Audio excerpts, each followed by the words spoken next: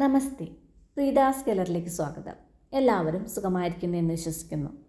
ഇനിയിപ്പോൾ കർക്കിടകം വരാൻ പോവല്ലേ. കർക്കിടക മാസത്തിൽ മഴക്കാലത്തുണ്ടാകുന്ന രോഗങ്ങളെ പ്രതിരോധിക്കാനും സന്ധിവേദന, നടുവേദന ഇവയൊക്കെ കുറയാനും കർക്കിടകത്തിൽ ഉലുവ കഴിക്കുന്നത് വളരെ നല്ലതാണ്. ഇത് പിന്നെ പ്രസവിച്ച് കിടക്കുന്ന സ്ത്രീകൾക്കും കൂടി കൊടുക്കുന്നതാണ്. ഇത് എൻ്റെ അമ്മയുടെ റെസിപ്പിയാണ്. അപ്പോൾ വീഡിയോ എല്ലാവരും സ്കിപ്പ് ചെയ്യാതെ മുഴുവനായിട്ട് കാണുമെന്ന് വിചാരിക്കുന്നു. വീഡിയോ ഇഷ്ടമായിട്ടുണ്ടെങ്കിൽ ഒന്ന് ലൈക്ക് ചെയ്യാനും മറ്റുള്ളവർക്കൊക്കെ ഷെയർ ചെയ്ത് കൊടുക്കാനും മറക്കില്ലല്ലോ. സബ്സ്ക്രൈബ് ചെയ്യാത്തവർ ഒന്ന് സബ്സ്ക്രൈബ് ചെയ്യാനും മറക്കല്ലേ. എന്നാൽ നമുക്കിത് എങ്ങനെ ഉണ്ടാക്കുന്നത് എന്ന് നോക്കാം. അത്യാവശ്യം വലിയൊരു ബൗൾ എടുത്തിട്ട് അതിലേക്ക് ഞാനിതാ മെഷറിങ് കപ്പിൽ 1 കപ്പ് ഉണക്കല്ലരി എടുത്തിട്ടുണ്ട്. ഇത് നാട്ടിൽ ഞങ്ങളുടെ വീട്ടിൽ നെല്ല് കുത്തിയ അരിയാണ്. ഇതുപോലത്തെ ഉണക്കല്ലരി ഉണ്ടെങ്കിൽ ഉണക്കല്ലരി എടുക്കുക. ഇനി ഇതില്ല എന്നുണ്ടെങ്കിൽ പച്ചരി എടുത്താൽ മതി. ചോറ് വയ്ക്കണ പുഴുങ്ങല്ലരി എടുക്കരുത്, പച്ചരി എടുത്താൽ മതി.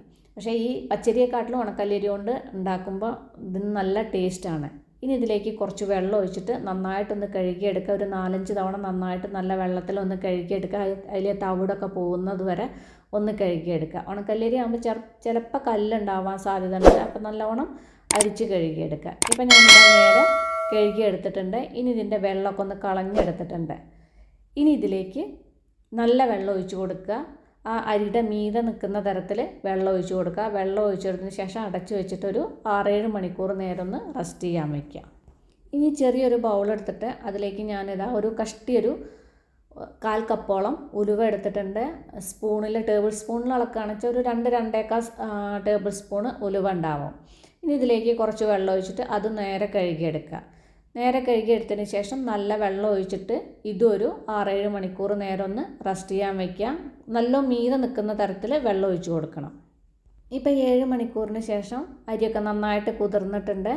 അതേപോലെ നമ്മൾ ഉലുവ ഇട്ടിട്ടില്ലേ, ഉലുവയും നന്നായിട്ട് കുതിർന്നിട്ടുണ്ട്. ഉലുവയിലെ വെള്ളമൊക്കെ നല്ല വലിച്ചെടുത്തിട്ടുണ്ട്. ഉലുവയിൽ കുറച്ചുകൂടി അരിയെക്കാട്ടിലും മീതെ നിൽക്കുന്ന തരത്തിൽ വെള്ളം ഒഴിച്ച് കൊടുക്കണം. ഇനി മിക്സിയുടെ ഒരു ജാർ എടുത്തിട്ട് അതിലേക്ക് നമ്മൾ ഈ കുതിർത്ത് വെച്ച അരിയില്ലേ, ആ വെള്ളം മുഴുക്കനെ അങ്ങോട്ട് ഒഴിച്ച് കൊടുക്കണ്ട. കുറച്ച് വെള്ളം ഒഴിച്ച് കൊടുത്താൽ മതി, ഒരുപാട് വെള്ളം വേണ്ട. ഈ അരി ഇട്ടതിന് ശേഷം അരി ഒന്ന് ചെറുതായിട്ടൊന്ന് ക്രഷ് ചെയ്തെടുക്കുക, ഒരുപാട് അരയരുത്.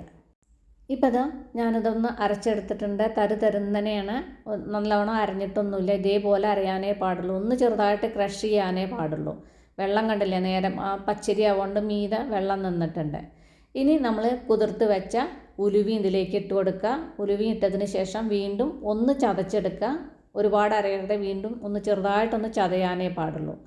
ഇപ്പോൾ അതാ ഉലുവ ഇട്ടതിന് ശേഷം ഉലുവി അരച്ചത് ഇപ്പോഴും തരുന്നനെയാണ് കാണുന്നത്, നല്ലോണം അരഞ്ഞിട്ടില്ല. അപ്പോൾ ഒരുപാട് അരയ്ക്കാൻ പാടില്ല, ഇതുപോലെ അരയ്ക്കാനേ പാടുള്ളൂ. ഇനി ഇതിലേക്ക് ഞാൻ കുറച്ച് ഫ്രഷ് തേങ്ങ ചിരവിയത് ഇട്ട് കൊടുക്കുന്നുണ്ട്. നല്ലോണം വലിയ 2 പിടി തേങ്ങ ചിരവിയത് ഇട്ട് കൊടുക്കുന്നുണ്ട്. അമ്മ ഇതിൽ തേങ്ങ ഇടലില്ല. തേങ്ങ ഇടുമ്പോൾ കയ്പ്പ് ഒന്നുകൂടി കുറഞ്ഞിട്ട് ഒന്നുകൂടി ടേസ്റ്റ് കൂടും. ഇനി ഇട്ടില്ലെങ്കിലും കുഴപ്പമില്ല, ഇട്ടാലും നല്ലതാണ്. പിന്നെ അതിലേക്ക് ആവശ്യത്തിനുള്ള ഉപ്പ് കൂടി ഇട്ടിട്ട് വീണ്ടും ഒന്ന് ചെറുതായിട്ടൊന്ന് ചതച്ചെടുക്കുക. ഇതാ ഞാനൊന്ന് ചതച്ചെടുത്ത് കൊടുത്തിട്ടുണ്ട്. ഇപ്പോഴും നമ്മുടെ അരിയും ഉലുവയൊന്നും അരഞ്ഞിട്ടില്ല. ഉലുവ ഒരുപാട് അരഞ്ഞു കഴിഞ്ഞാൽ കയ്പ്പ് കൂടുകയുള്ളൂ. അപ്പോൾ ഒരുപാട് അരയരുത്, ഇതേപോലെ അരയാനേ പാടുള്ളൂ. കുറച്ചുകൂടി വെള്ളം ആവാം കേട്ടോ, ഇത്ര കട്ടിക്ക് വേണ്ട, കുറച്ചുകൂടി വെള്ളം ആവാം. ഇനി ഒരു പാൻ എടുത്തിട്ട് അതിലേക്ക് ഞാൻ കുറച്ച് നെയ്യ് ഇട്ട് കൊടുക്കുന്നുണ്ട്. നെയ്യ് നിങ്ങൾക്ക് എത്ര വേണമെങ്കിൽ അതിനനുസരിച്ചിട്ട് നെയ്യ് ഇട്ട് കൊടുത്തോളൂ. നെയ്യ് ഇത് മതിയാവില്ല, അപ്പം ഞാൻ അതിലേക്ക് കുറച്ചുകൂടി വെളിച്ചെണ്ണ ഒഴിച്ച് കൊടുക്കുന്നുണ്ട്. പ്രസവിച്ച് കിടക്കുന്നവർക്കൊന്നും വെളിച്ചെണ്ണ അല്ല, നെയ്യോ നല്ലെണ്ണയാണ് ഒഴിച്ച് കൊടുക്കുള്ളൂ. വെളിച്ചെണ്ണ ആകുമ്പോൾ ഒന്നുകൂടി ടേസ്റ്റാണ്. അതിലേക്ക് കുറച്ചധികം ചെറിയ ഉള്ളി നല്ല നൈസായിട്ട് വട്ടത്തിൽ അരിഞ്ഞെടുത്തിട്ടുണ്ട്. ഒരു 10-20 ചെറിയ ഉള്ളി, വലിയ ചെറിയ ഉള്ളി എടുത്തിട്ടുണ്ടാവും. അത് ഇതിലേക്ക് ഇട്ട് കൊടുക്കുക. ഇട്ടതിന് ശേഷം ഇതൊന്ന് നന്നായിട്ടൊന്ന് വഴറ്റിയെടുക്കുക. ആ ചെറിയ ഉള്ളിയൊക്കെ നല്ല ഗോൾഡൻ കളർ ആവുന്നത് വരെ ഒന്ന് വഴറ്റിയെടുക്കണം. ഇപ്പോൾ ഉള്ളിയുടെ കളറൊക്കെ ഒന്ന് മാറി വരുന്നുണ്ട്. ഉള്ളിയൊക്കെ നന്നായിട്ട് മൂത്തിട്ട് നല്ല ഗോൾഡൻ കളറായിട്ടുണ്ട്. ഇത്രയ്ക്ക് വഴന്ന് വന്നാൽ മതി. ഇനി ഇതൊന്ന് ഞാൻ കുറച്ച് ഉള്ളി മാറ്റി വയ്ക്കുന്നുണ്ട്. മുകളിലൊന്ന് ഗാർണിഷ് ചെയ്യാൻ വേണ്ടിയിട്ടാണ് കുറച്ച് മാറ്റി വയ്ക്കുന്നത്. അതിന് ശേഷം ഇതിലേക്ക് നമ്മൾ അരച്ച് വെച്ച അരപ്പുണ്ടല്ലോ, തേങ്ങയും അരി ഉലുവയൊക്കെയുള്ളതുണ്ടല്ലോ, ആ അരപ്പ് ഇതിലേക്ക് ഇട്ട് കൊടുക്കുക. പിന്നെ വെള്ളം കുറച്ച് കുറവാണ്, ഞാൻ നേരത്തെ പറഞ്ഞില്ലേ, കുറച്ചുകൂടി വെള്ളം അപ്പം തന്നെ ഞാനിതിലേക്ക് ഒഴിച്ച് കൊടുക്കുന്നുണ്ട്. അപ്പം നിങ്ങൾ കുറച്ചുകൂടി വെള്ളം നേരത്തെ തന്നെ ഒഴിച്ച് കൊടുത്തോളൂ. അതിന് ശേഷം ഇതുപോലെ പരത്തി വെച്ചിട്ട് അടി ഒന്ന് വേവുന്നത് വരെ ഇളക്കാതെ അങ്ങനെ ഇരിക്കുക. ചെറുതായിട്ടൊന്ന് വെന്ത് വരുമ്പോൾ ഇതുപോലെ ഒന്ന് ഇളക്കി കൊടുത്താൽ മതി. തുടക്കത്തിൽ കണ്ടിന്യൂസ് ആയിട്ട് ഇളക്കി കൊടുക്കരുത്. ഒന്ന് ചെറുതായിട്ട് വെന്തതിന് ശേഷം ഇതുപോലെ കൊത്തിയിട്ട് ഒന്ന് ഉലർത്തിയെടുത്താൽ മതി. സ്റ്റൗവിൻ്റെ ഫ്ലെയിം ഒരു ലോ ടു മീഡിയം ഫ്ലെയിമിൽ വെച്ചിട്ട് ഉലർത്തിയെടുത്താൽ മതി. എന്നാലേ നമുക്കിത് നേരെ വെന്ത് കിട്ടുള്ളൂ. ഇത് ഉലർത്തിയെടുക്കാൻ കുറച്ച് ടൈം കൊടുക്കും, കുറച്ച് എണ്ണയും വേണം.